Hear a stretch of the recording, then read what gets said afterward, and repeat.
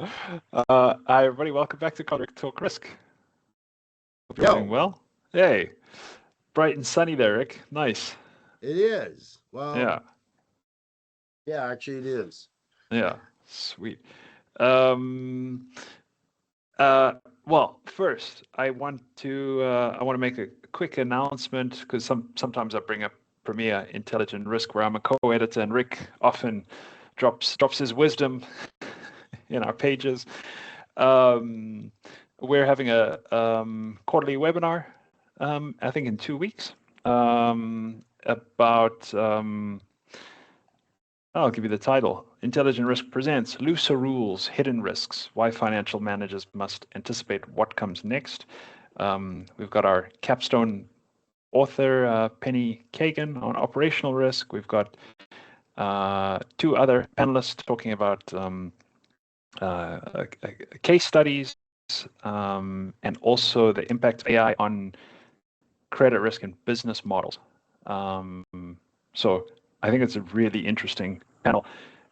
They actually responded to my invite and said, "We're not sure how we fit into this." And I'm like, "Come on, can't you see it? Like, this is perfect." So they're mystified, but I think that'll make for a good conversation. I'll be moderating it, and I hope you sign up. I will put the registration link in the show notes, and it's free to attend. So hope to see you there. I actually believe that risk managers should actively try to anticipate what comes next.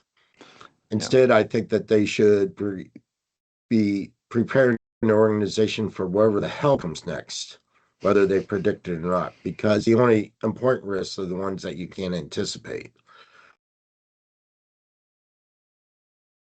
Get ready for it, then you're not acting as a risk manager in my mind. But anyhow, I digress. You stumble into that when you try to get a bunch of risk managers to brainstorm, stress test scenarios and stuff. And it's like, everybody's thinking about how likely an event is, and it's like, no, forget about that. let's just put some ideas on paper. Go wild. That's yeah. Okay, so Rick, I started a good book just before the show. I asked you if you read it. Of course, you had read it, which is great because I think we'll come back to it. I read it a long while ago. I can't remember any of the details, and I don't have my notes here. I'm a fish out of water. But okay, we'll I remember that I really liked it. I have it on my list to reread.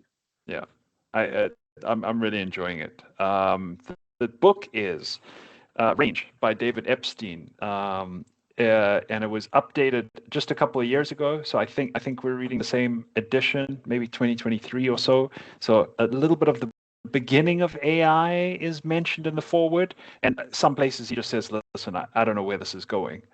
So it would be interesting to see if there's an even newer edition where he's updated some of his thinking, but a lot of it holds true. And basically, the premise is that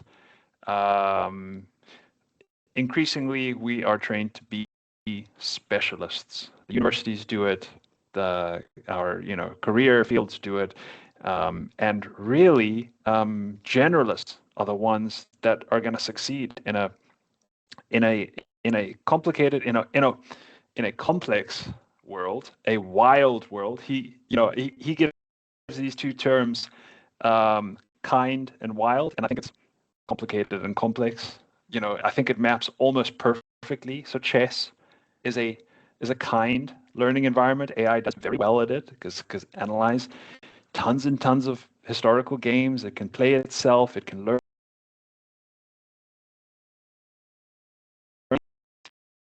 Not everything's a kind environment. Then you also have wild environments where there are no rules. So very good book. And what I was thinking we could talk about, Rick, is, are risk managers generalists or specialists? And what should we be? And personally, in my career, we really like to be specialists. We really like to know the facts. We really like to be spot on with everything. and I think we kind of touched this in previous episodes as well, how accurate we like to be.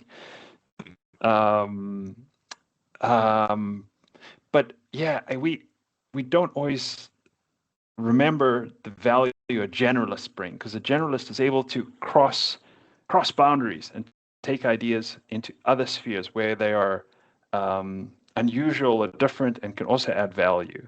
And a theme we've touched on a lot here is the front office, right? That how can risk managers not just say, well, we want to be enabled to be part of your conversations about strategy and so on, but what do we bring to the table? And something we bring is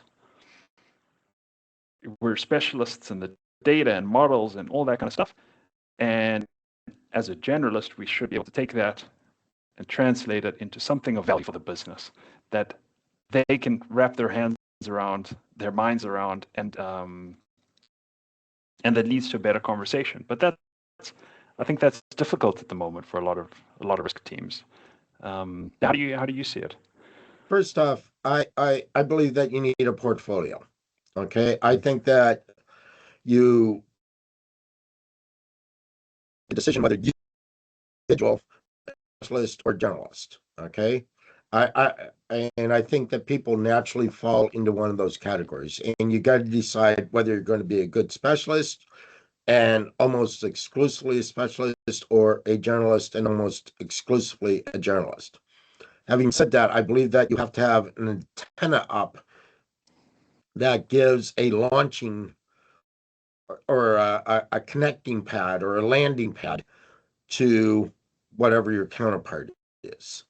Okay, so if you're a specialist, you've got to have a landing pad to attract and connect generalists. And likewise, if you're a generalist, you've got to have a landing pad to attract and connect specialists. So just like, a honeysuckle flower, you need those landing pads to attract the bees, and likewise the bees need to be able to land on the honeysuckle. So I think that trying to be both is a little bit of a non-starter, but you got to have the landing pads.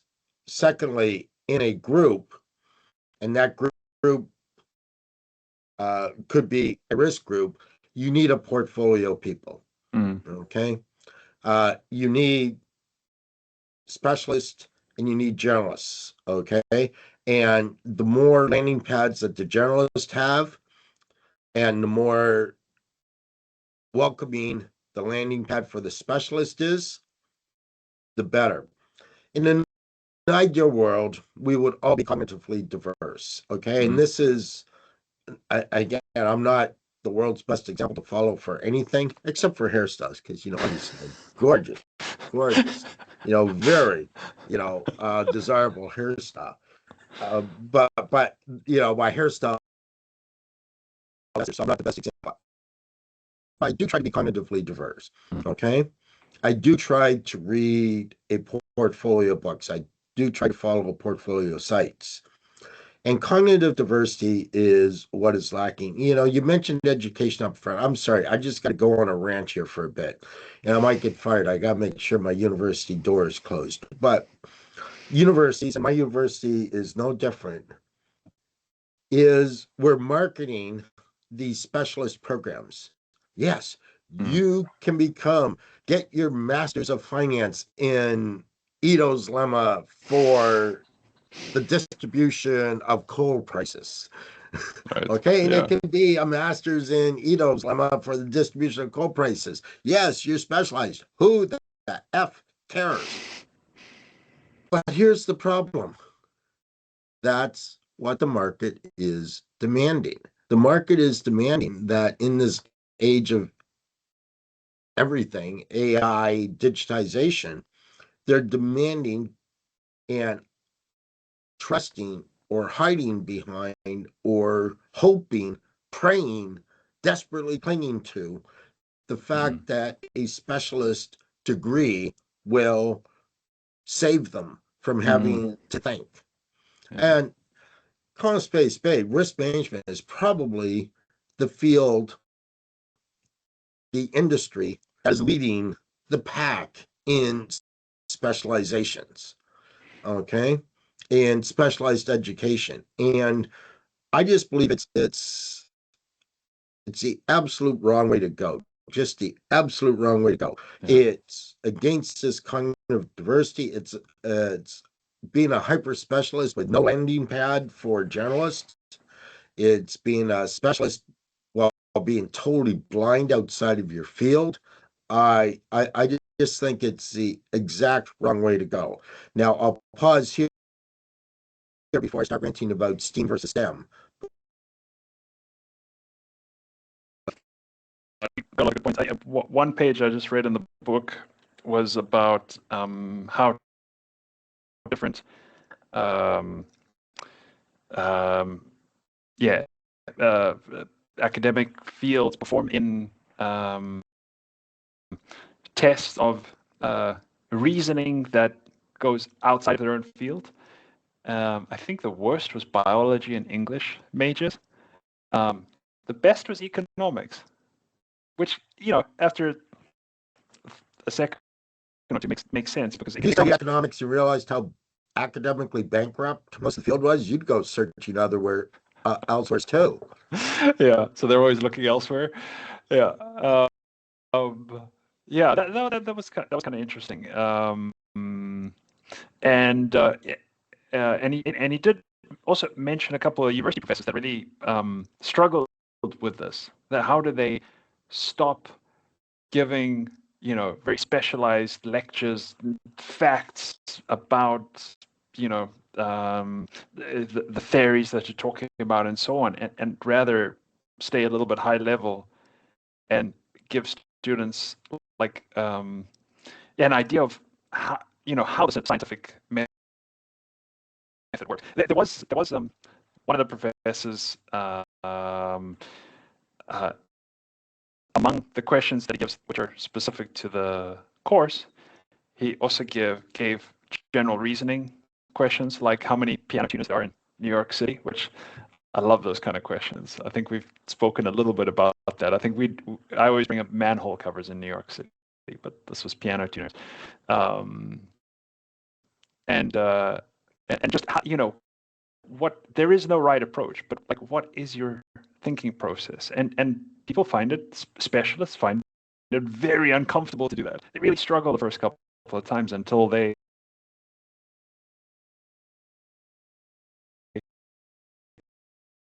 and see where they can get to and see where they've gone wrong. But you're absolutely right. We are set up in universities to give correct answers, and you see it in the professional realm as well. There's a correct answer out there, and it stops us from thinking, well, how else do we measure volatility in the market, or what's a good alternative to VAR? Anything is a good alternative to VAR. Putting your finger in it. I'm being a bit sarcastic here, and I gotta be careful because next week's lecture in my class is VAR. In my risk class is VAR. But anyhow, here's the point. Anything that has an answer is a kind situation using Epstein's framework, which again I think would definitely benefit from using systems thinking technology with complicated and complex and simple. All the interesting stuff is wild. And all the important stuff in risk management is wild. Getting back to education just for a second, roughly 50 years ago, C.P. Snow, nailed this with his essay called A Tale of Two Cultures, which is kind of a must read. It's available everywhere. Yes, it became a small book, but the essay is available everywhere. A Tale of Two Cultures, where he basically talks about walking into the university faculty lounge cafeteria and seeing all the STEM faculty on one side and all the humanities faculty on the other side, and basically they couldn't talk to each other. And we need that now. Here's the thing, though. Even as a generalist, okay, you need to know enough to be dangerous in one subject. In other words, you got to be a specialist in one subject. And a specialist again, has to reach out. So we generally pick on people being too specialized. I think that we got to pick on people who are too broad, that they're basically useless in everything. Mm. Okay. Mm-hmm.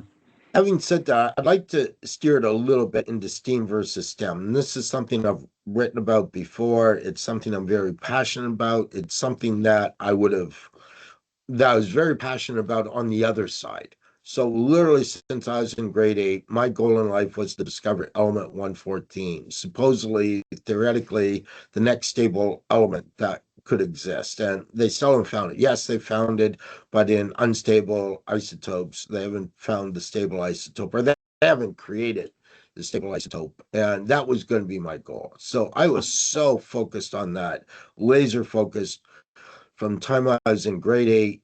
I can tell you exactly where I was sitting having my lunch because I lived too far away from school. So I was one of 2 students that had lunch at the school. And I can even tell you exactly what I was having for lunch that day when I figured out that that was what I wanted to do. And I was so deep on the STEM specialist. I was so deep down that hole that, you couldn't find me. I'd not only gone down that hole and come out the other end of the earth, but, I actually circled around and did it several times. As luck would have it, I wound up going to a liberal arts school. And I remember arguing, why the hell did I have to study Shakespeare in high school? And now I'm back here having mandatorily to take a class in Shakespeare again. Right. And the professor, ironically, an adjunct professor, wasn't smart enough to be tenure track, said because Shakespeare was one of the best at describing how humans work. And that kind of stuff, because Frank, as a functioning human, I'm not a very good example. I tend to be grumpy, socially autistic, um, whatever. It's not that I dislike people, it's just everyone scares me. So there you have it. Come on, But the point is that stuck with me. And now I make a point of reading at least 6 Shakespeare plays a year, albeit, full confession, I've got a very small brain, very tiny. So I read the side-by-side translation, i.e. the Old English, the New English. Okay. That's nice. So yes, I'm a wimp on that. Okay. Yeah. But that's just an example. And how I got into complexity theory was my habit of, when I'm about to board a plane, I go to a bookstore and I buy the last book in the bookstore that I think I will enjoy. And I bought a book on social activism that introduced me to systems thinking. Okay. Wow. Okay. And that made all the difference. Okay. It literally changed the last decade of my life and what I research and what I write on. Yeah. And so the STEAM versus STEM. And for those who don't know, STEAM is science, technology, engineering, arts, and mathematics. You got to include the arts. Having a science degree from a liberal arts university is one of the best degrees that you could ever have. Yeah. In my opinion. But I've gone on a rant. I got to shut up now because people are tired of listening to me.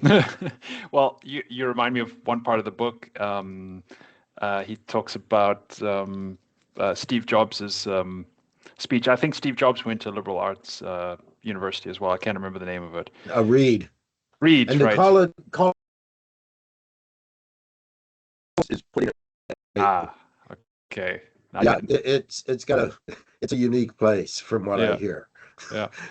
But, and he never graduated. In fact, I don't right. think he actually officially enrolled. I think Steve Jobs just, randomly selected classes to go to on a daily basis. I think that's what he discusses in this commencement speech. He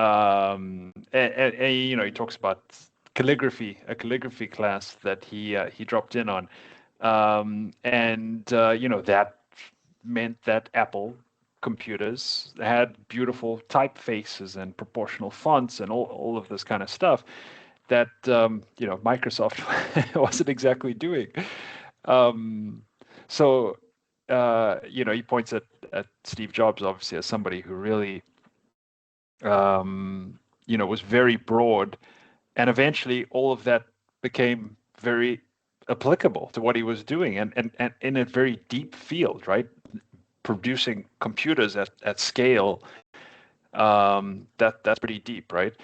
I think that might point to one thing people don't get, right? Specialists kind of see the value in deepening their knowledge in something almost right away, right? You know something more than you knew before. You've deepened your understanding, blah, blah, blah. As a generalist, it's not so obvious, right? You attend a calligraphy class, okay. You know how to write nice. you know, um, it's not obvious until much, much later when it all comes together somehow. And we haven't, I don't think we've done a good job of reminding people that that's okay. It's okay just to enjoy it. It's okay just to enjoy your Shakespeare, and let the value come later. I remember my wife. We obviously talk books all the time, so viewers will know I also enjoy reading a lot. Um, track of every book, often write little, blurbs about them. Um, but I used to get stuck in books. I used to try to understand it so well that I couldn't keep going. I would get stuck at a certain point. And I remember my wife telling me, forget about that. Get to the end of the book. Forget about that. You're too worried about it. It's gonna sink in. Forget about it. And it really does reappear in my mind, even though she said this 3 or 4 years ago. And I do get stuck in paragraphs and sentences. Everybody does. And I've learned to just move on. And once I get through it, things come together, right? You almost sleep on it, right? You push it to the back of your mind, and your brain is still playing around with these ideas, even though your prefrontal cortex is telling you, you idiot, you didn't understand that. Go back and figure it out. Ignore that guy. Let the slow moving part of your brain do some work. Well, I always have to do that because my prefrontal is like microscopic. But there's a couple of things. First off, you have to remember Ecclesiastes 12:12. Beware, my son, there's no end to the reading of books, and too much study will wear you out. Having said that, 2 books that go back to what you were saying before, that it's okay to not be perfect, that there can be pleasure in just the doing and the pleasure just in the learning. 2 books that, in my mind, are classic. One is a classic and one's a semi-classic, is Shop Class's Soulcraft. I think that's a brilliant book. And now I'm going back to, I think, the 70s, Zen and the Art of Motorcycle Maintenance. Okay? Those are 2 books that kind of sum that up. Absolutely perfect. And no, I'm not trying to go off on the, let's hold hands and sing Kumbaya. Yeah. I'm not trying to go there. But, and the fact that I'm so by nature anti that is the main reason why I like those books. Yeah. I think it's also helpful to have a hobby that's but physical, tactile, something you can touch. There's something about that uses a different part of our brain that adds to our portfolio, I think, as well, because we have jobs that are very abstract. So the book I was talking about, I'm just going to flip it off my shelf here, is Getting to Maybe. Okay. I don't know if your readers can see that. Getting to Maybe, How the World is Changed. This was the book that literally changed my life. And it's a book on social activism. Again, something, to be quite frank, I, on one level, am very interested in. On another major level, I'm very not interested in. But its entire theme is you don't have to be perfect. In fact, trying to be perfect, trying to get to certainty, kind of like my mini rant about the webinar subject matter, that's the wrong way to go. It's getting to maybe. Yeah. And that is part of being cognitively diverse. A specialist goes mad, literally goes mad in all senses of the word mad in playing with getting to maybe. But all risk issues of any importance and or of any interest are all maybe situations. They're all wild situations. They're not kind situations, to use, going back to Epstein's framework.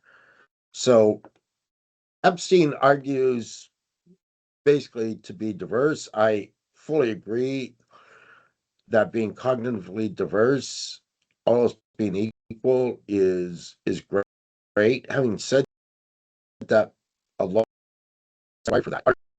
For that. Our society right now in the education industry, as you've alluded, as you've explicitly stated, is geared towards specialists. Yeah. But regardless of if you're a specialist or generalist, have that landing pad for the other.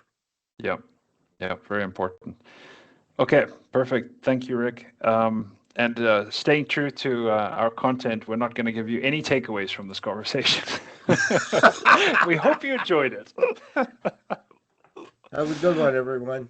Cheers, everybody. Bye.